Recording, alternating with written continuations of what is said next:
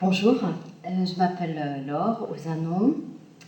Le goût du voyage m'a pris très jeune, en vivant à l'étranger déjà, tout simplement. Et puis en aspirant à découvrir l'ailleurs, aller rencontrer d'autres civilisations et voir comment elles vivaient. Et puis, de fil en aiguille, j'en ai fait mon métier. Je suis guide conférencière et je me suis spécialisée sur une destination qui est l'Asie. Je vais en Chine depuis 20 ans et j'ai fait des études de chinois, maîtrise de langue et civilisation chinoise. J'ai pas beaucoup usé les bancs de la fac là-bas.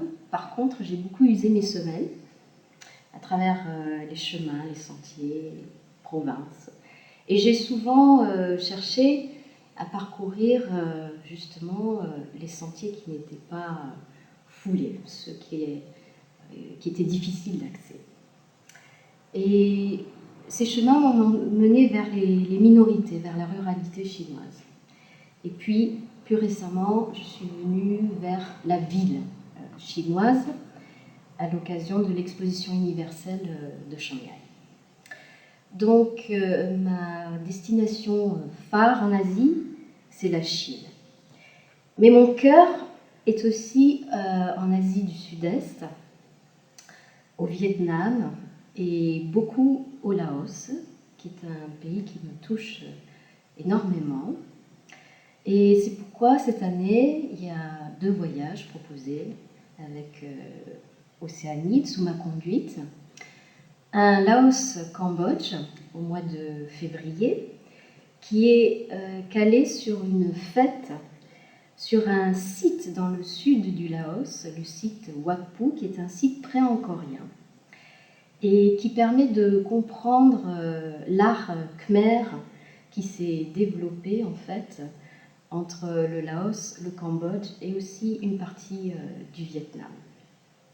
Alors ce circuit Laos-Cambodge, pensé, conçu autour de cette fête phare qui est la fête de la pleine lune, est un point très très fort du circuit.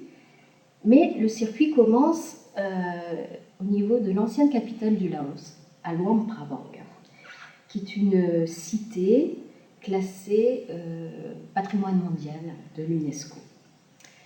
C'est une cité où il y a une vingtaine de wat, c'est-à-dire pagodes, dont la plus célèbre est la pagode Sientong.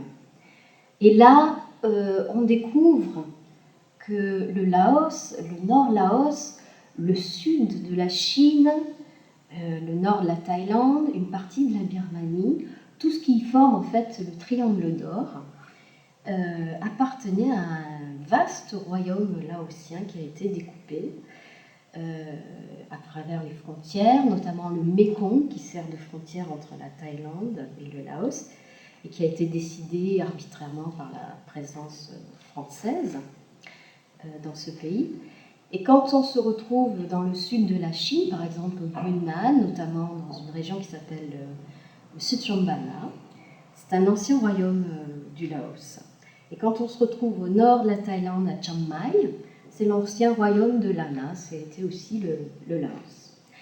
Donc on part de cette région pour descendre dans l'actuelle capitale, qui est Vientiane, et puis en fait suivre les flots du Mékong et aller à la rencontre de cet ailleurs et surtout de cette population très imprégnée de ce qu'on appelle là-bas le bouddhisme Theravada.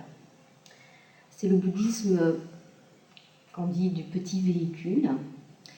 Et parmi les Laotiens, par exemple, dans ce pays, on ne fait pas son service militaire, mais tout homme a fait dans sa vie l'expérience d'une retraite monastique.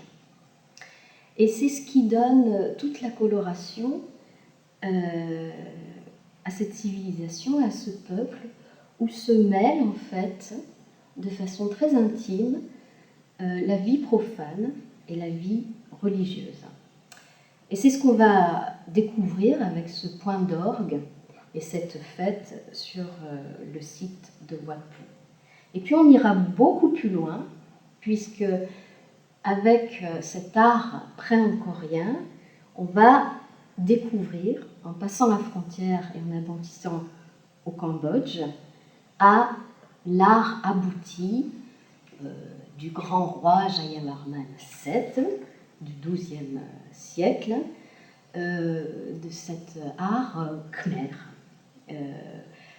dont le site est célébrissime, bien sûr, le site de Angkor Wat avec Siem Reap, mais avec des excursions justement vers les monts Phnom Kulen, vers Banteay Sray, c'est-à-dire on s'éloigne en fait de ce qui est monumental pour aller découvrir cette véritable dentelle architecturale où en fait les rois khmers étaient des rois bâtisseurs de temples.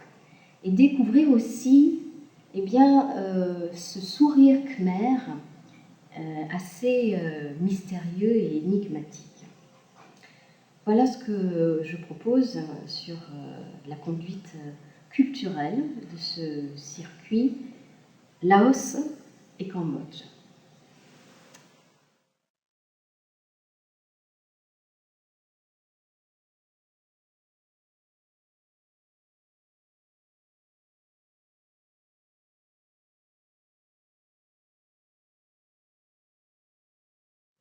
Alors, faire un voyage en Chine, c'est vraiment s'assurer un dépaysement total.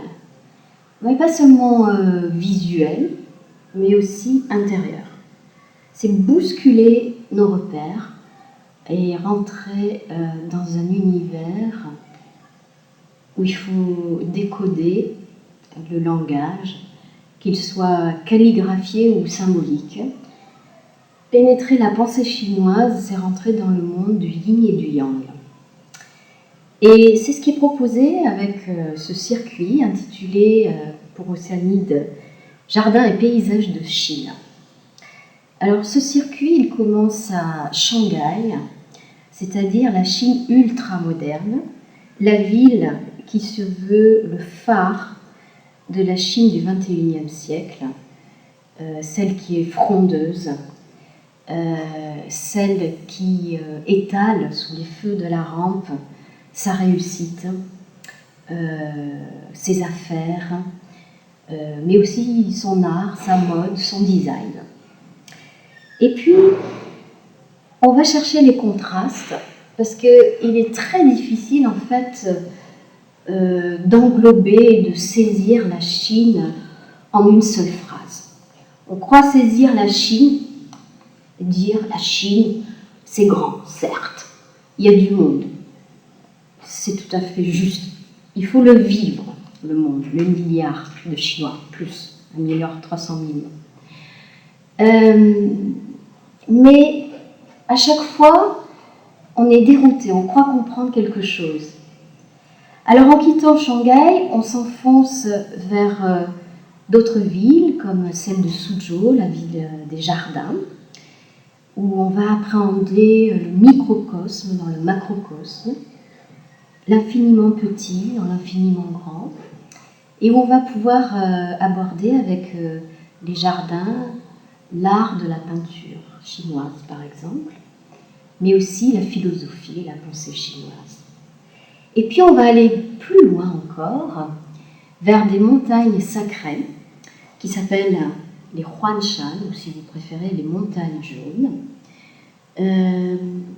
Qui n'est pas allé à Huanshan n'a pas vraiment vu la Chine, dit-on. Ces montagnes qui sont noyées dans les brumes matinales, et c'est pourquoi nous avons choisi de passer une nuit sur site, pour pouvoir apprécier la féerie de ces paysages qui sont de véritables estampes. Et là, on va pénétrer un petit peu plus la pensée chinoise sur le plan, je dirais pas religieux, mais spirituel. Et puis on fera une boucle pour aller vers des villages traditionnels où on va pouvoir appréhender et comprendre l'architecture chinoise classique dans sa symbolique et dans sa force, dans ses lignes classiques, ce qui se perpétue dans cette Chine millénaire.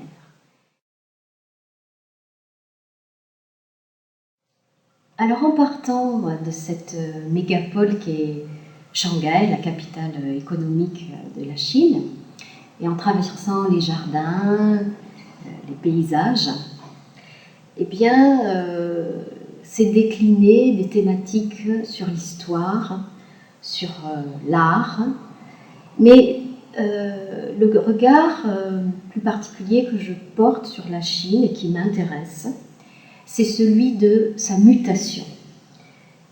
Parce qu'avec mon expérience de 20 ans de Chine, je peux témoigner de l'évolution fulgurante de ce pays et apprécier et vous faire apprécier justement ces mutations. Et aller vers la Chine, vers cette Asie gigantesque, c'est préparer aussi le terrain pour comprendre par la suite l'Asie du Sud-Est, notamment le Vietnam, qui a été imprégné de culture chinoise pendant 1000 ans dans son histoire, et ensuite de progresser en passant par la Birmanie, le Cambodge, le Laos, bien sûr, et bien vers l'Inde, donc ces deux géants asiatiques.